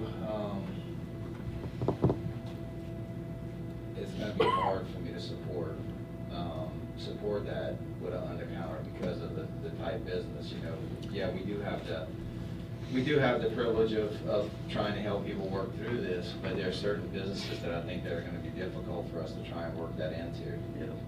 Well, again, this ordinance is based on an engineering study that was done years ago of how long it takes grease and fats and oils to rise, you know, in a sewer effluent, that how long it takes that stuff to separate out and float to the surface, and it's 24 minutes. And there's a lot of the cities all across the United States use this same thing. And when you have a small under-the-counter unit like that, the retention time going through it is just not there. I mean, the volume of things. But if you got a place that's doing salads, you know, you're not going to see a lot of grease in it, as opposed to, you know, if you got a steakhouse or a Mexican restaurant or something where there is a lot of grease. But well, that's historically the exceptions we have made have been those types of businesses that were less grease producers than others. And this is one that, you know, like Ricky said, I mean, Ricky's been around bakery businesses before. I mean, that's just, I don't see how we can get around your formula for a bakery. Well, I mean, it's up to y'all, but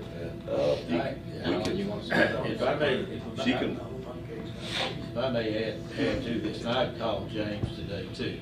I'm sorry, I got a sore throat tonight. I talked to James today too, and my first reaction was to follow the city ordinance 630, and that's what it is. But is his statement in doing a formula between a salad restaurant and a Mexican restaurant, it is pretty hard. I mean, we've got this ironclad rule here, and that's that. But there's a lot of differences between the output between a salad bar and a Mexican restaurant. The thing that sold me over on this is that Allen's people checks this grease situation every 30 days. Every 30 to 60 days. Every 30 to 60 days to make sure that it's compliance. And so I also think that there's approximately 20, you told me? Yeah, there's probably 20 in the city that we have approved over, you know, years. There's a donut shop that has one. There's, it appears, you know, several places. Are we in any violation with the health department? Not yet. So they have been complying with this device. They just have to have them cleaned a lot more than the normal people would. They do this. And Matt checks these things every 3 months. Michael Creel. Okay. So that, I'm having a little trouble. I know we've got an ordinance. I like to follow the ordinance to the letter, but maybe it is antiquated. Maybe we need to be a little more flexible with this. And if these things are trapping the grease and working fine, then that's what we. Yeah, it depends on the business. Well, let's hear, if y'all would like to hear from the business owner. So, you know, like I say, if you know, y'all have the option to, if you want to, you know, let them put this one in and try it, and if it works, all fine and well. In 60 days or, you know, 6 months, whatever, if we start, when Michael does his inspections on it, and there's a problem with it, if we see grease, you know, entering our system, that's bypassing or not bypassing, but flowing through this grease trap, then, you know, through the building office and stuff, we can come back and force them to put in something, you know, that works. You may have to empty it, so I agree. And I think, I'm in support of it. I think we should. I'd like to speak briefly. I'd like to thank the engineer for his feedback. And I'm also under the impression that the calculations are done by my sink size. Is that correct? Does that have to take into effect at all? So one thing about me, I'm a single person cake business, so I don't have a staff. It's just me, and I also only make cakes to order. So that's to say, like, in 1 week period, typically I'll make 10 to 20 cakes, but I don't make cakes daily for a case. I don't do a lot of baking except for just specifically for orders. And I do know that the sink I got is extra, if you want to say that. It's very large, and I didn't realize, based on the dimensions, it's very much larger than I need, being that I'm only a single person. So the fact that that is taken into account in the calculations, I think that's why it's causing it to be a little skewed. And I'm perfectly happy to monitor it. If it's putting grease in the system, of course I want to be in compliance with the city. So I appreciate you guys' consideration, and I think that I covered everything. What size trap are you proposing? It's one that I bought. It's a 40. So I'm a little gray on the comparisons. They're listed on some sites as gallons or pounds of grease. So it's a 40-pound grease trap. And honestly, I bought it because it was a mid-size one, and I really wasn't aware of exactly what I would need. So it's what I have, and I understand that may not be like the best reason, but I would be happy to monitor any grease usage. And I've also been operating as a cottage baker in my home, and I always clean out any containers that contain buttercream, and then I use just a grease spray for my cake pans and wash them by hand.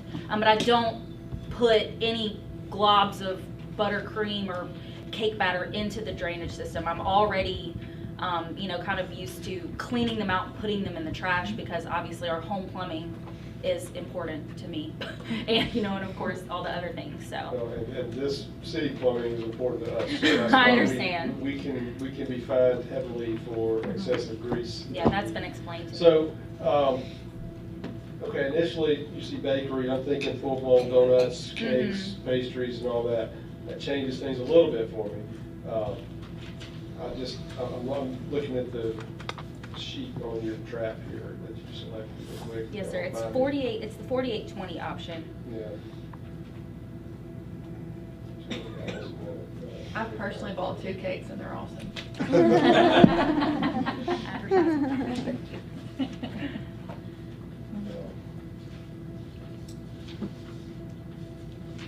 James, would these like in tandem work better than a single? I'm asking. I honestly don't know. I think the thing to do if you're going to consider it is, this is a 40-pound trap. I think it's rated for 20 gallons a minute to flow, and try it, see if it works.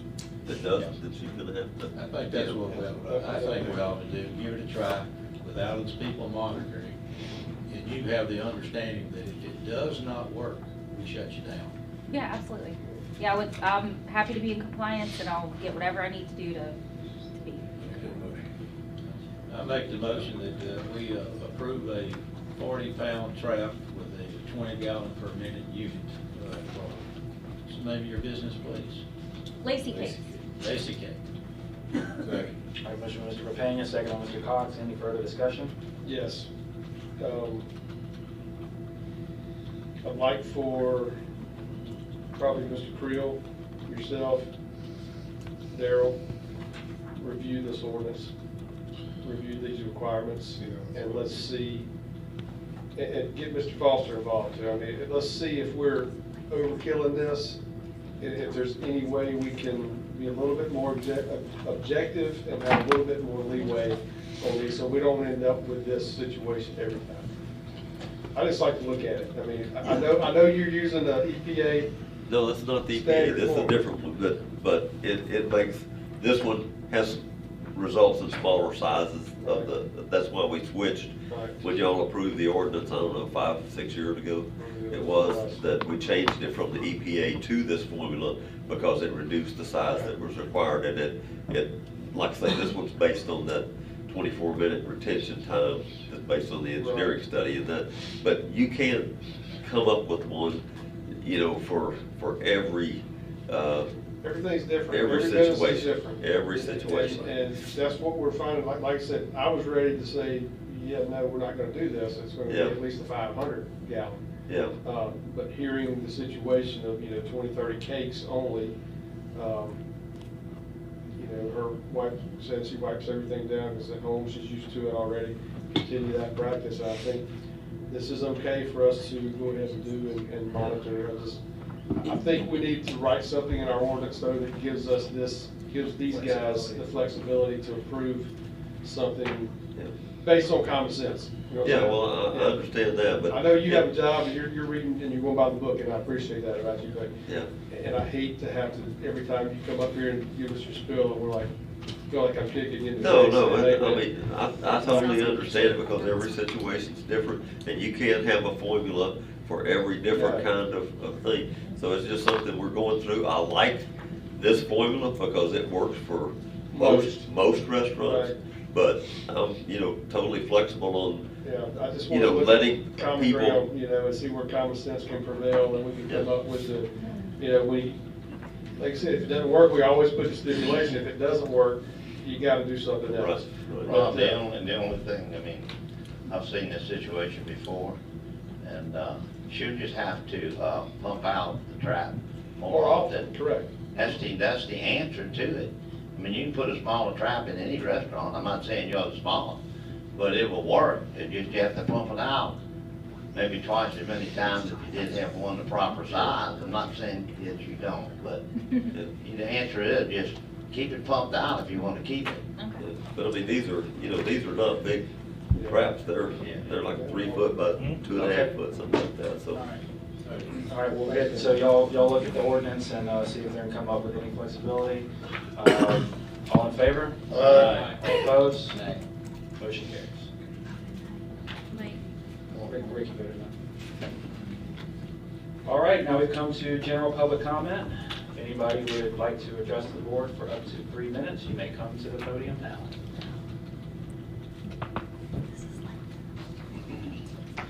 All righty. Alderman's Forum, Mr. Gill. That's my last forum. Last Alderman's Forum. You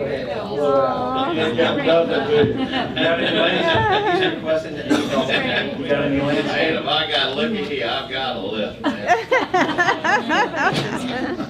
No, I'm just kidding. No, just kidding. The other thing I want to bring up is the ordinance on short-term rental. We got HOA in the ordinance, homeowner association, who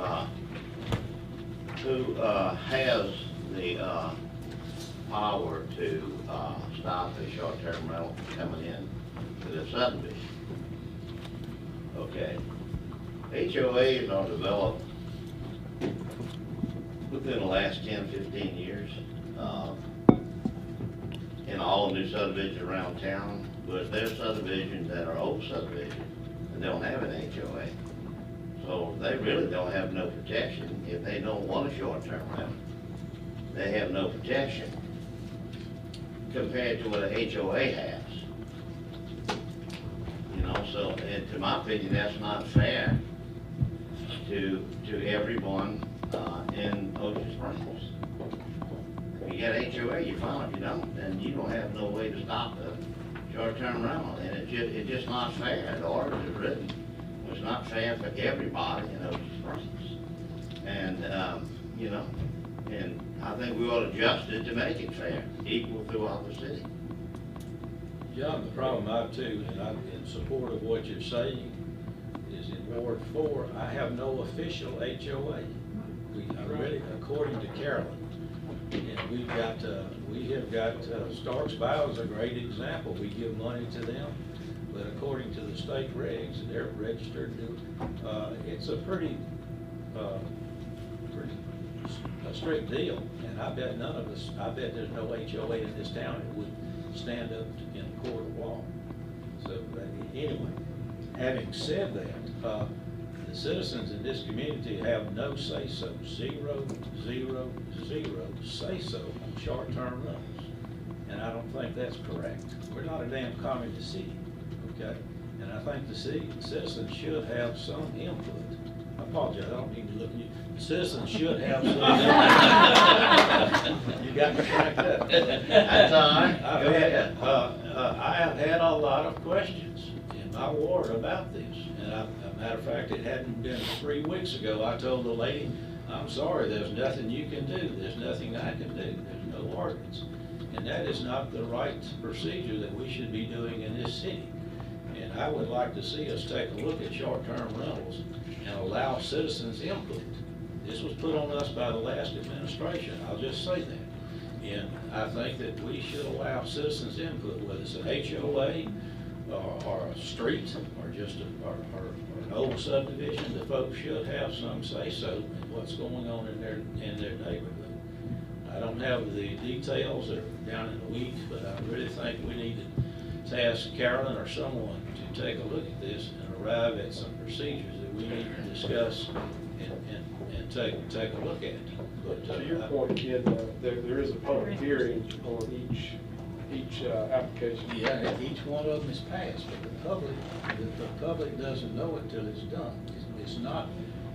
You're saying there needs to be a notification process? The procedure is not, well, we need something. Well, what we're saying, Rob, I think what we're saying is that, like you send letters out to 500 people, you know, within the boundaries of. Within 500 feet. Yeah, I mean 500 feet. Yeah, well, there's a lot that's. And well, let me finish. One more out of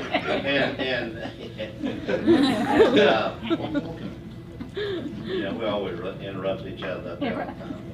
Anyway, in other words, you're right, Rob. You have a hearing at the planning commission, and then you can appeal it here. But there's no grounds to appeal it. There's no mechanism. In other words, what I'm saying is that you got HOA, you just don't write a letter and it's dead. But if you have an HOA in your subdivision, and you just come up and complain, if with that 500 feet, you got 20 people, and none of them want it, the planning commission says, well, sorry. You know, they appeal to us, we say sorry. But if you do a percentage within 500 feet, if you got 20 people come up here to oppose it, if 51% of them say we don't want it, well, then they have a voice. A permanent voice, something that, a mechanism to stop it if they don't want it. Right now, you don't. That's correct. You see what I'm saying, Ron? Yeah. It's just not a fair order to everybody. Yeah. Like, for example, they had one up here, a short-term rental. The lady next door called and talked to me about 3 times. She was single, she was old, and she was scared. But she says, I have no way of stopping this thing. I have no voice. I bought this home, R1 home, single family, and now a small hotel is going to be right alongside. I have no say-so with the city. And so that's not fair. It's all about the people, but in that ordinance, it's not. It's just about the HOA. So I think Carolyn needs to come up with something and let us look at it. If you don't want it, vote no. If you like it, vote yes. I think we ought to at least let Carolyn look at it and come back to the board, you know. So, I'm not saying that nothing can be changed, but I will say that there's 50 of them right now that's being operated in the city from an ordinance that's already been passed by the Board of Aldermen. And the question is that if this gets changed, what happens to those 50 people that are already doing it? Because there's not going to be a such thing as grandfathering, and then if somebody comes to the table after these people have been doing it for 5, 6, 7 years and say no, they can't do it, then where does that put us? So no, it ain't wait, hang on a second. So basically, it comes down to that there has to be much discussion on this, and I think Nicole would agree with me on this, that we have to see where we've been and if something did change, how it's going to affect what's already in place. Yeah, I mean, that's any ordinance. We definitely would have to look at how it would affect existing versus new. And like John has brought up before, we can look at the bed and breakfast ordinance. We can do our research and really figure out the best way to make changes if wanted and if necessary. Well, it would not be retroactive back to the already existing. It would just be from here forward. And that would wash out what you're talking about, Ricky. I don't think. Yeah. That's easy. I mean, that's the fix right there. So I'd like to make a motion, let Carolyn and Nicole, our legal staff, and who else in the city would like to look at it? I know you're gonna have a new administrator come in, a new mayor. Have them take a look at it and come back with some ideas to bring back to the city. I'd put that in form of motion.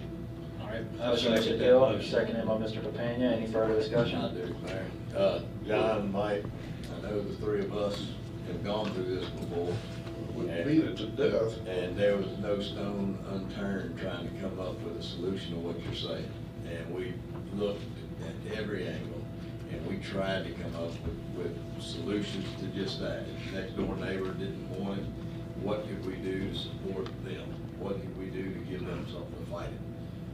And reluctantly, whenever we passed it in R1, we opened the door. It's gonna be hard to do, John, but, I mean, I agree, if a new council will look at it and find something, then great, but we've had 2 attorneys look at it, and we haven't found anything yet to give us that out for the neighbors. I think we could look at it from a different direction, and maybe we'll go in a certain segment of a certain area of town, or a certain ward of town. I shouldn't dig it out of water. I mean, we beat it to death. Absolutely. Well, there's a sanctity to folks who live in a residential area, that they want to live amongst folks like themselves, and there's a sanctity to it. And we're violating it by letting commercial interest in subdivisions. And I think we've just got to do our best to find a common sense solution. I mean, you know what? We're up here for the people. No, You know, this is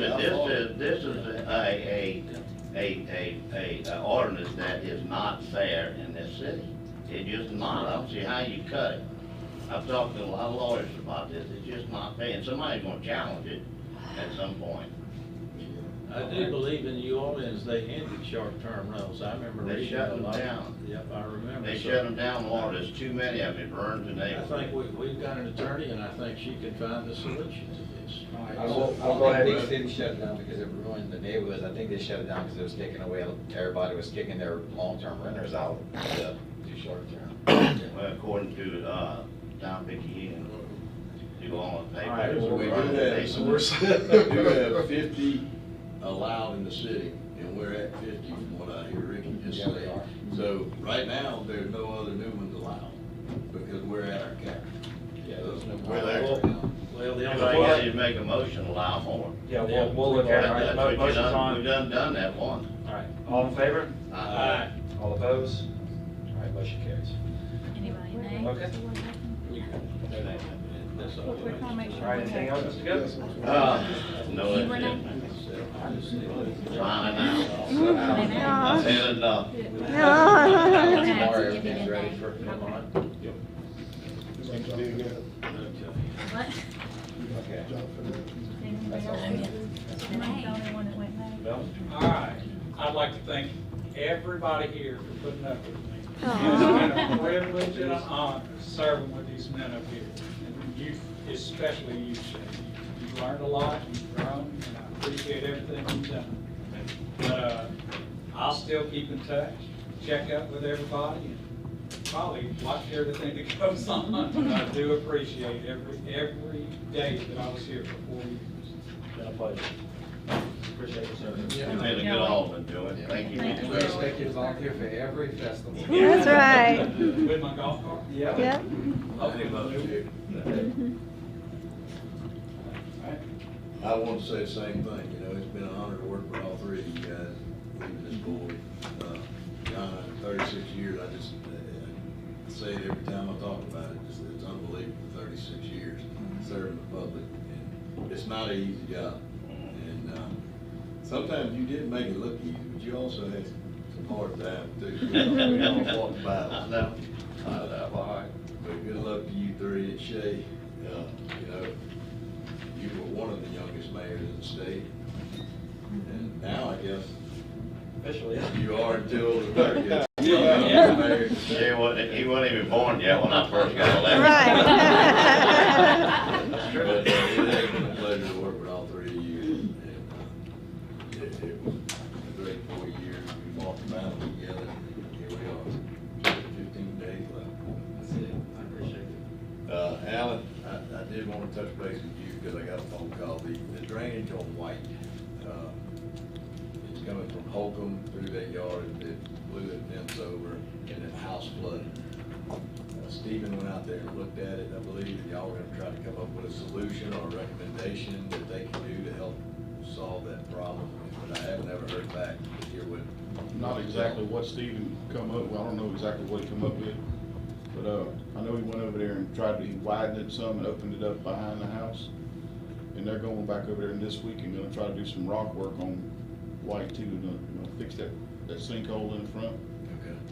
I think that's part of the problem, is whatever went in that sinkhole that flopped up. Okay, well, whatever we need to do, if we need to get a right of entry or whatever to try to help solve this issue, because the neighbors on Holcomb are calling me along with the one on White, so that's, I mean, I know it's always been a natural drainage way through there, but obviously we've got a problem. They flooded twice, got water in the house. So. Part of it was a fence. Okay, and then, the meeting that we had off of Halsted for, the big drainage ditch there, where are we going with that? We're getting ready to go in there. I don't know, we met the other morning with James and them about that to make sure we had all the paperwork signed. I think we've got one right of entry we need, if I'm not mistaken. Do you need us to go get that, or you got it under control? We're gonna get it. Okay, all right, that's all I've got. I don't have to What? Ward 4 is in good shape, huh? It's an excellent show. Alan, you're done there, you're done in Ward 1. We need you over as 5 and 6, man. We spent a week in 5 and 6 last week. They got a lot of preparation. Yeah, storm on the left over here. That's the only thing I really was gonna say, was that, I sent you guys an email today. I appreciate y'all's hard work. Just really stay after it this week. We got weather coming. We saw some unprecedented flooding, over a month ago from those heavy rains. Hopefully we don't get that, as bad, but just be prepared. Whatever you need, let us know. Let's get it done. I think we're ready. Been working We got a lot of ditches that still have some debris from those storms in it that never wasn't cleaned out. They kind of raked them up and they got washed back in. But I just, I'll say, to Mr. Gill, we've known each other a long time, and hats off to you. 36 years, a long time. Enjoy. We don't always see eye to eye, like me and Mr. Bellman don't, me and Shay don't. We're gonna disagree, but we always walk out of here, go shake hands, and everything's good after that. So, appreciate all y'all done for the city, and be different without you, but we'll try to carry on. That's all I have. Thank you, Ron, appreciate it. Yeah, Mr. Gill caused some problems with my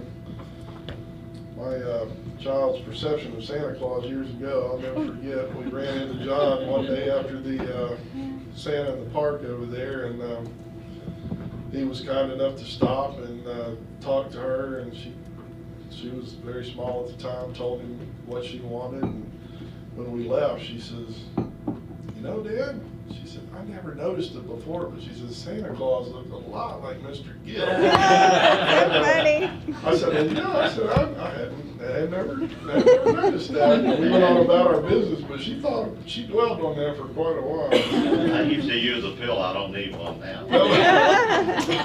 But thank y'all, gentlemen, appreciate the job y'all have done. Shay, a lot of people have been asking about it, so I just want to cover it in the meeting. I know Patty, you had responded. The status of the bridge lights. MDOT is supposed to be repairing those. Well, yeah, because I'm working with Dondi on some other items, and Dondi's working on the bridge lights for MDOT. One thing, the lights on the side of the bridge, the way they're built, you can only get them from one company. They're $1,000 each. So Dondi has taken one of them, and they're trying to figure out how to retrofit it. And so that's what's going on with the ones on the side. I did text him. I texted it to Shay. I was trying to think. I'm not really sure about the ones exactly in the middle, why that hasn't moved forward, unless they're just going to do it all at once. But that, I'll try to keep asking him as I'm working with him on other things. And I guess the mayor could reach out to MDOT. I don't know what they would say. I'm just going on the Dondi level. Yeah. I also want to thank John. John and I go way back, right? Mm-hmm. I call John the senior partner, as we all know. And I could tell you a lot of stories, and I won't go into all of them, but I will tell you that he was my alderman for a long time.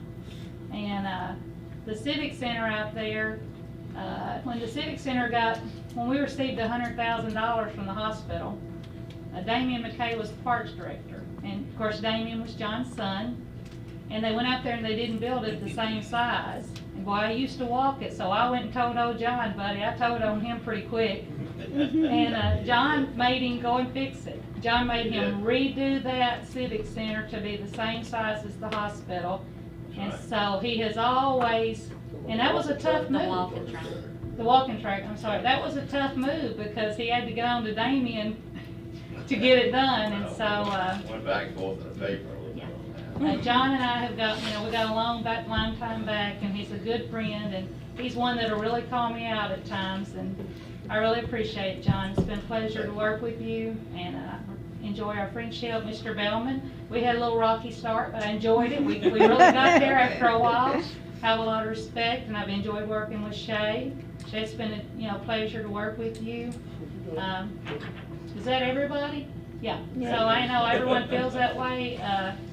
And I hope you guys enjoy, because these are hard seats. The public has no idea. I have respect for all of you guys. It's very hard to sit in your chairs. So. I just got one last thing. One last thing. Oh, Mike, you I finished? got one more thing. It's that time of year again. We've got an ordinance on the books that, and I'm gonna make a motion to, for the board and the mayor not to get the automatic pay raise as described in, I don't know what the ordinance number is, but that's my motion. Oh, I'm sorry. Ordinance 1, 2001. Okay, ordinance 1, 2001. Thank you, Dave. You're welcome. Second. Did you already say it? Yeah, that's what. Oh, okay. Motion, Mr. Anthony, second, Mr. Cox. Any discussion? All in favor? Aye. All opposed? Aye. Motion carries. All right, Mr. Gill. In my goodbye speech, I've left out the chamber, and I just want to tell Cynthia that I appreciate what you've done with the chamber, as long as you've been there. I think I've been there a little bit longer than you have, but as long as you have been there, you've done an excellent job. You've turned that chamber around. I mean, it's such an important arm of the city, and it's really the heart of our sales tax, because you bring it in the people and they bring the money. So we appreciate you so much, and I'll put you up against any chamber director in the state. Thank you very much. All right, we think we have an executive session item. Is there a motion to go into closed session? Motion, Mr. Dawson. Second, Mr. Bellman. All in favor? Aye. All opposed? We're now in closed session. You got somebody? Take the inspector. It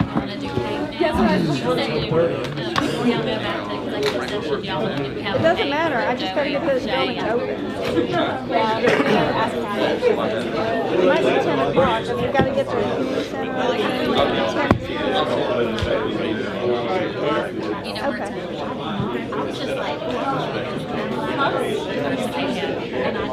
That was a smart recommendation to bring it up where you actually then we don't need all the trouble. So if you research that. Well, I think they want all the department heads That's what Before we go into closed session, listen up. Before we go into closed session, I think we have something in the bag that staff has worked hard on to put together. And by staff, I mean Megan Brown. Megan worked hard. Thank you very much. So, somebody going back there to get the cake? Aw. I don't know, somebody. Somebody's in the bathroom. We'll bring it out here in just a moment. Let's fucking get through the maze. What bakery made that cake? She just got approved. We'll be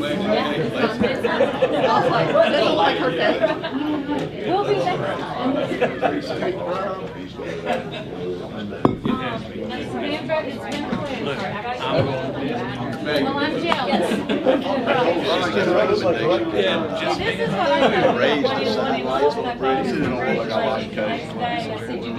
yeah. Then I had to call Mr. Penn and say, I don't know whether to apologize. I said, I congratulations. I do remember that. I wasn't sure what I do remember that. I know. Was Kevin still there? It wasn't that long ago, right? Well, I'm gonna tell a lot of stories, and I went to okay. I don't know. Maybe Roy did. Oh, the plates and stuff are in a different spot. I did not. Right, almost after the last day, I've been visiting with my daughter. We've already got a plane. And then my wife.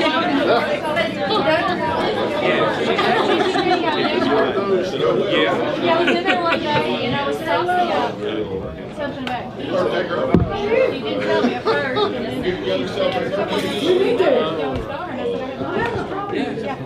She wanted to do that when school's out. She can. That's a great place to hang out and work.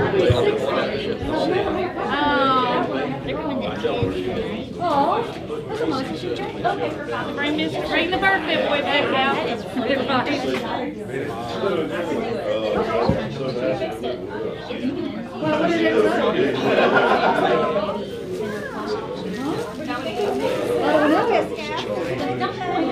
Was it really? Are y'all serious?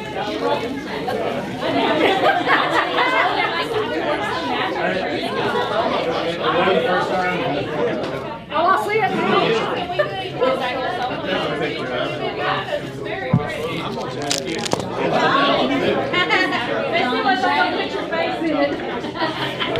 Let me do like a wedding. Okay.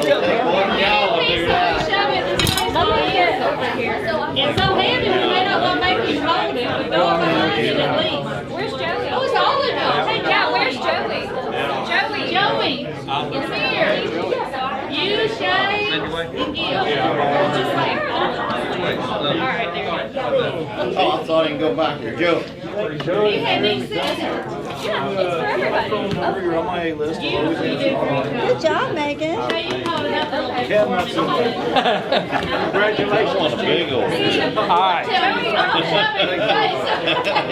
What I want is we want to congratulate him. Hurry up back there. Such a good picture. So cool. Send it to all of us. Okay, very nice. You're doing a great job.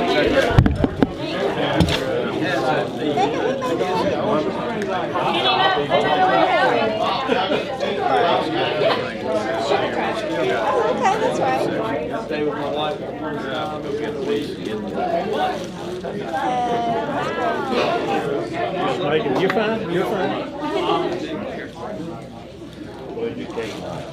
Okay, go ahead. I don't think you're Oh, no, I'm done. I gotta go. The women need to touch their No, you're good on my place, John. Don't you worry.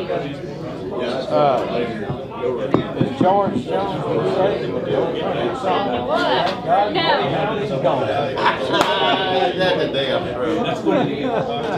Hey, what? No, I like that song. You don't know what we had to go through to do this, and the sacrifices I had to make to do this. New Orleans? I guess she would have never got song Blueberry. No. I would. Very white. That's something to follow up.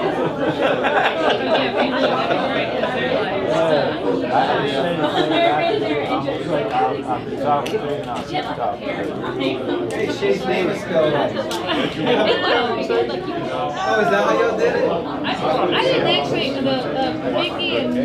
No, that's how I did it. Well, Brown did it. No, she didn't cut that out. Oh yeah, Jennifer cut it out.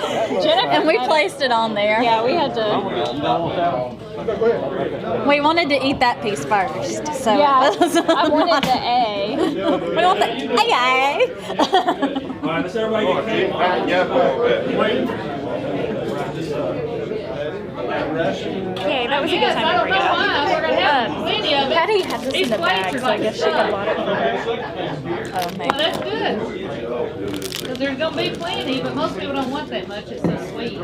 Yeah, I think it's super sweet. Okay, everybody, we're cutting. I got to. Be over for a while. Oh, careful. Get a big piece of cake. You trying to say I'm not graceful or something?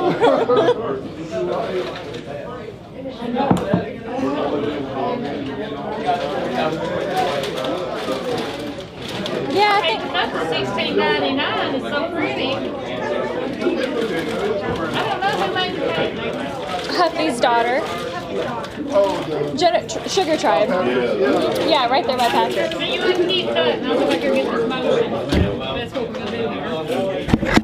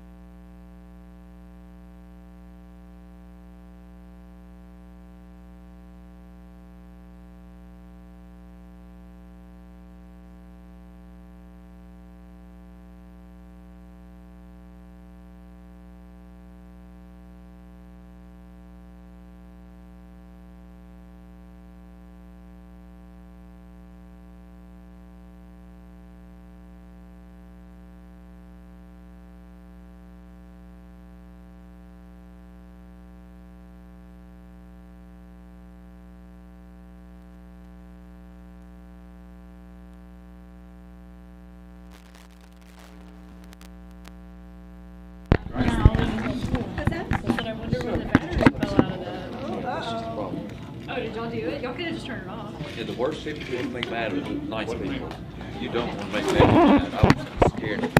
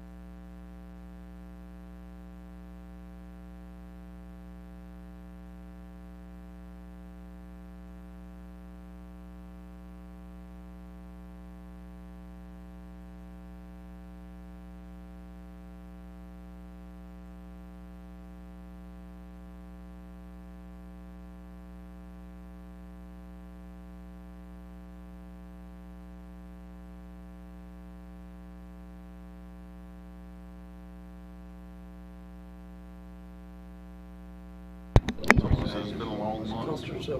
They also to come back. I don't know why she didn't go to 67.